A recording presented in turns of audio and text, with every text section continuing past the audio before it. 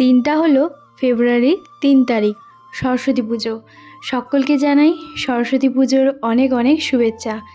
আজকের দিনে না খুব বেশি মনে পড়ে সেই স্কুল লাইফের কথা, যখন সেই ছোটোবেলা থেকে আগের দিন থেকে ভেবে রাখতাম মায়ের কোন শাড়িটা হচ্ছে তোমার পরবো। আলমারি খুঁজে খুঁজে বের করে মা শাড়ি সকালবেলা হচ্ছে পরিয়ে সুন্দর করে পরিপাটি করে সাজিয়ে দিত। এই যে দেখো, আজকেও কিন্তু শাড়ি পরেছি, তবে সেই আনন্দটা আর নেই। এই শাড়িটা, এটা আমার দিদি আজ থেকে প্রায় 7-8 বছর আগে এই শাড়িটা পরে প্রথম বর আমাকে দেখেছিল, আর সেই দেখেই আমাকে ভীষণ পছন্দ করেছিল। তার একটাই কারণ, ওর হলুদ রং খুবই প্রিয়। আজকেও আমি পরেছি, কিন্তু ও হচ্ছে এখন ওপরের ডিউটি করে এসে একটুখানি রেস্ট নিচ্ছে, আর আমি সেজেগুজে এখন পুজো মণ্ডপে এসেছি দেখতে যে কতটা কি পুজো এখনও শুরু যদিও বা হয়নি, তবে সময় ছিল সকাল 9টার সময়। দিদি যখন আমাকে কল করেছিল তখন বলল ওদের পুজো হয়ে গেছে, তবে আমাদের এখানে পুজো প্রায় ওই 11টা সাড়ে 11টার সময় শুরু হয়েছে। মানে পুজোর যে সময়টা সেটা তো পার হয়ে গেছে। যাই হোক, আজকে যখন এই শাড়িটা পরেছিলাম বরের মুখে ভীষণ হাসি। বর কিন্তু এই শাড়িটা দেখে অনেক আগের কথা বলছিল, এই শাড়িটা পরে আমি তোমাকে প্রথম স্কুলে দেখেছিলাম। তো আমি ভাবলাম যে তোমার এখনও পর্যন্ত সেটা মনে আছে, বলে মনে থাকবে না, প্রথম দেখা মনে না থাকা কি করে যায়, তাই না? তো যাই হোক, ওর সঙ্গে এই সব কথা বলছিলাম। আর আজকে দেখো, নিচে এসে প্রায় অনেক দিদিরাই কিন্তু শাড়ি মানে হলুদ রঙের পরেছে, নানান ধরনের রং বেরঙের শাড়িও কিন্তু পরেছে। সবাইকে ভীষণ সুন্দর লাগছিল। আর আমিও এদিকে চলে এসেছি, পুজো প্রায় মানে আরম্ভ হয়ে গেছে আর কি। আর কম বেশি বেশিরভাগ সবাই কিন্তু বিহারি, আর এই যে হলুদ আর আকাশি রঙের শাড়িটা পরে আছে ওই দিদিভাইটা কিন্তু বেঙ্গলি। তো ওদের সঙ্গে বাংলাতেই কথা বলি, আর বাকি যারা হচ্ছে তোমার আমার সঙ্গে হিন্দিতে কথা বলে ওদের সঙ্গে কিন্তু হিন্দিতেই কথা বলি। আর এখানে মন্ত্রপাঠ সব কিছুই কিন্তু হিন্দিতেই হচ্ছে তোমার হয় আর কি। তো আমি কয়েকটা বুঝতে পারি, আবার কয়েকটা বুঝতে পারি না। তার কারণ হচ্ছে কি বলতো, যেহেতু হিন্দি তো আর কখনো পুষ্পাঞ্জলি দেইনি, সেই জন্য। এখন হচ্ছে বাচ্চা ওরা পুষ্পাঞ্জলি দেওয়ার জন্য ঠাকুরের মালা থেকে শুরু করে যা যা কাজ আছে সেগুলো ওইগুলোই করছিল। আর আমরা নিচে সবাই হচ্ছে তোমার একটা বেডশিট বিছিয়ে এইখানে বসছি। প্রায় কিন্তু অনেক নতুন নতুন দিদিদের সঙ্গে আলাপ পরিচয় হচ্ছে, কথাও হচ্ছে। এখানে জানতে পারি যে আমার আশেপাশে যে কয়েকজন ছোট ছোট বোন ওরা মানে বসছে, তারা হচ্ছে বলছিল যে তোমার ভ্লগ আমি দেখি, তো বেশ ভালোই লাগে। আর একজন দিদিভাই, সে আমার ভ্লগের চ্যানেল মানে আমি যেই ভিডিও করছিলাম তখনই কিন্তু বলল যে তোমার কি কোনো ভ্লগ মানে কিছু ভিডিও টিডিও বানাও নাকি। কারণ সত্যি কথা বলতে আজকালকার দিনে প্রায় বেশিরভাগ মানুষ মানে ইনস্টাগ্রামে তো ভিডিও বানায়, রিলস বানায়, এটা তো সবাই জানো। তো আমিও বললাম যে হ্যাঁ আমার একটা ইউটিউব চ্যানেল আছে। তখন পাশে আর একটা মেয়ে, সে হচ্ছে তোমার বলল যে হ্যাঁ এই দিদিটার ইউটিউব চ্যানেল আছে, অনেক সুন্দর সুন্দর রান্নার রেসিপি হচ্ছে তোমার শেয়ার করে, ভীষণ ভালো লাগে। তো যাই হোক, বেশ ভালোও লাগলো যে হ্যাঁ মানে কেউ না কেউ হচ্ছে তোমার তো বলল। আসলে আমি তো জানি না যে এখানকার কে কজন হচ্ছে তোমার মানে ভ্লগ দেখে আমার, তবে আশা করি জানতে পারলাম যে আজকের দিনে অনেকেই কিন্তু আমার ভিডিও দেখে। ওই যে বললাম খুব একটা বেশি তো বেরোনো হয় না, তাই সবার সঙ্গে বেশিরভাগ কথাও কিন্তু হয় না। তো যাই হোক, বেশ ভালোই লাগে। আর এই কয়েকদিন এত পরিমাণে মানে রবিবার সন্ধেবেলা থেকে এত মাইক বাজছিল, সেই কারণের জন্যই আমি ভ্লগ ভিডিও কোনো কিছুই দিতে পারছি না। বুঝতেই পারছো এই 3টে দিন কতটা পরিমাণে ব্যস্ত ছিলাম। যাই হোক, সবটাই তোমাদের সঙ্গে একে একে করে শেয়ার করব। আশা করছি ভিডিওগুলো তোমাদের ভালো লাগবে।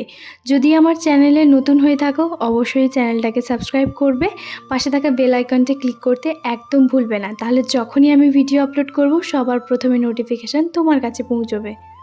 সরস্বতী পুজোর দিন ভেবেছিলাম অনেক কিছু রান্নাবান্না করব, বরকে তেমনটাই বলেছিলাম। তারপরে হঠাৎ করে আমার মনে হলো যে আগের দিন রবিবার, মানে ওর নাইট ডিউটি থাকবে, পরের দিন সকালবেলা লুচি তরকারি পায়েস এগুলোই হয়তো বানাতাম। তারপরে ভাবলাম যে ও হচ্ছে তোমার সব কিছু জিনিস মানে নিয়ে এসেছিলো, যেগুলো বাজারের ব্যাগ আমার, এগুলো কী বলতো বের করে রেখে দিয়েছি। আর যে ভিডিওটা আমি করেছিলাম সেই ভিডিওটা আমার ডিলিট হয়ে গেছে, তাই সেই কারণে আমি তোমাদেরকে দিতে পারলাম না। তো যাই হোক, এবারে অনেক সাবধানভাবে আমাকে একটু ফোন চালাতে হবে। কেন বলো তো, একটুখানি গন্ডগোল হয়ে যাচ্ছে তাড়াহুড়োর মধ্যে আর কি। তো এরপর হচ্ছে তোমার কি বলো তো, ওকে আমি বলেছিলাম যে তুমি কি লুচি তরকারি কিছু খাবে? তখন বললো হ্যাঁ লুচি তরকারি করো, তবে ময়দার লুচি করো, আর আলু ফুলকপি এগুলো সব কিছু দিয়ে মানে তরকারি একটা করো। তা আমি ভেবেও ছিলাম, তারপরে ভাবলাম যে না, রাতে করব, আর দুপুরবেলা ও বরং একটুখানি ভাত খেয়ে নেবে। তার জন্য কি করেছি বলো তো, ওই পনির নিয়ে এসছে আর সব রকম সবজি দিয়ে মিক্স ভেজ পনির একটা বানিয়েছি। আর তারপর বললো আলু টমেটো তাহলে ভাতে দিয়ে দেবো। আমি তখন বললাম ঠিক আছে তাহলে তাই করো। তো আলু ভাতেও কিন্তু হয়ে গেছে, মানে আলু সেদ্ধ মাখা চোখা আর কি। আর হচ্ছে তোমার মিক্স ভেজ পনির ওটাই রান্না করে ওপরে হচ্ছে তোমার রেখে দিয়ে এসেছি। আর এখন এই যে সবাই মিলে হচ্ছে তোমার আরতি নিচ্ছি। তবে তোমাদের দাদাভাই এখনও পর্যন্ত যদিও বা আসেনি, আসলে আমি ভেবেছিলাম ও হয়তো ঘুমিয়ে গেছে। হঠাৎ করে আমার পেছনে যখন চোখ পড়ে, আমি ঘুরে যখন দেখি বাবা লাল পাঞ্জাবি পরে হচ্ছে তোমার দাঁড়িয়ে আছে। দাঁড়াও, এখানে হচ্ছে পুষ্পাঞ্জলি দিয়ে দিই। পুষ্পাঞ্জলি দেওয়া হয়ে গেছে। এখন এখানকার একটা নিয়ম আছে, যেটা হচ্ছে এই যে দেখো ধাগা, তবে জোর জবস্তির কোনো ব্যাপার নয়, আমার ভালো লাগে। 3 দিন এটাকে হাতে রাখতে হয়। তো এই ধাগাটা হচ্ছে ভাবিকে বললাম তুমি পরিয়ে দাও। প্রতিবার হচ্ছে তোমার এই ভাবি হচ্ছে আমাকে পরিয়ে দেয়। তো সেই জন্য ভাবি অন্য সবাইকে হচ্ছে কেটে কেটে দিচ্ছিল, তারা নিজেরাই পরছিল। আর ভাবি হচ্ছে আমাকে প্রতি বছর নিজে পরিয়ে দেয়। তো ভাবি হচ্ছে তোমার সেটাই করছে, কারণ ভাবি জানে আমি ওইভাবে পরতে পারি না, নিজে হচ্ছে বেঁধে আর কি। তো এই যে দেখো ভাবিকেও কিন্তু এই শাড়িটা পরে ভীষণ সুন্দর লাগছে, তাই না? কেমন লাগছে আমাদের সবাইকে অবশ্যই জানিও। এই যে দেখো, আমার এইটা ধাগাটা কিন্তু বরমশাই গিয়ে পরানো যাবে না। আগের বছর যখন মিঠির বার্থডে হয়েছিল, তো সেই বার্থডে সকালবেলাতে যে সত্যনারায়ণ পুজো হয়েছিল, তখনই আমি জিজ্ঞেস করেছিলাম যে এই ধাগাটাকে আমি পরাতে পারবো না? তখন বলছে না না, তুমি পরাতে পারবে না, হয় কেউ ছোট বড় এরাই হচ্ছে পরাবে, মানে স্বামী স্ত্রী দুজন হচ্ছে তোমার এই ধাগাটা কেউ পরাতে পারবে না। তো যাই হোক, ওখানে রবীন্দ্র ভাইয়ার সঙ্গে তোমাদের দাদা ভাইয়া দাঁড়িয়েছিল। তো রবীন্দ্র ভাইয়া হচ্ছে তোমার পরিয়ে দিল। আসলে রবীন্দ্র ভাইয়া হচ্ছে এখানে প্রতিদিন সকালবেলা হচ্ছে তোমার ভাইয়ার কাছে কোচিংয়ে হচ্ছে তোমার পড়তে আসে আর কি। তো যাই হোক, এদিকে দেখো পুষ্পাঞ্জলিও দেওয়া সবার হয়ে গেছে।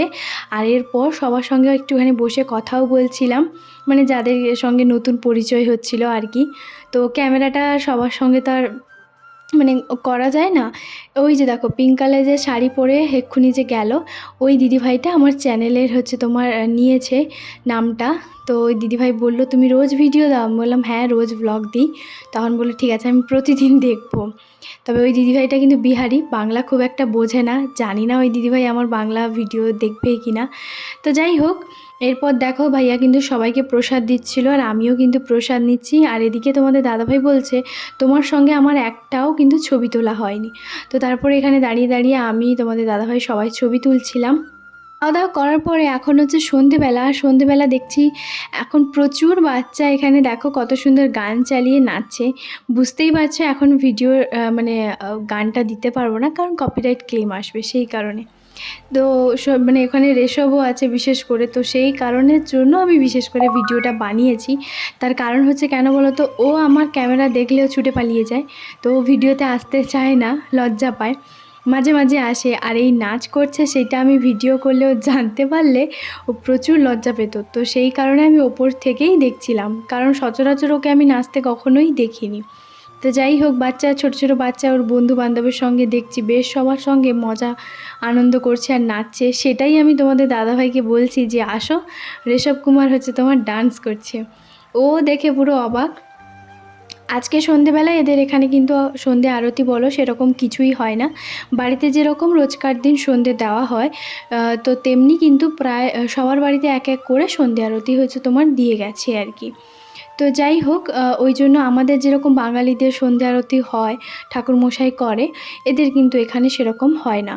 কারণ আমি জানি কী করে বললাম বলো তো, যেহেতু এখানে আমার 3 বছর আমার কেটে গেছে।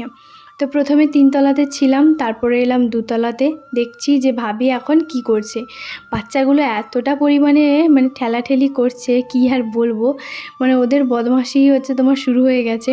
কখনো নাচছে, কখনো আবার হচ্ছে তোমার ঠেলাঠেলি করছে, এই রকম দেখো। সরস্বতী পুজোর আগে থেকে আমার মায়ের কাছে পাড়ায় অনেক দিদি বোন সবাই কিন্তু কম বেশি মায়ের কাছে শাড়ি পরতে আসতো, কারণ আমার মা খুব সুন্দরভাবে শাড়ি পরাতো। আর মায়ের কাছ থেকে অনেকেই শাড়ি নিত, যেহেতু আমার মায়ের অনেক প্রচুর শাড়ি আছে। তা আগে থেকে অনেকেই বলে রাখতো কাকিমা জেঠিমা, মানে মায়ের সম্পর্কে যেরকম হবে আর কি, যে জেঠিমা আমি সরস্বতী পুজোর দিন তোমার একটা শাড়ি পরবো। তো সেইগুলো না ভীষণ ভালো লাগে।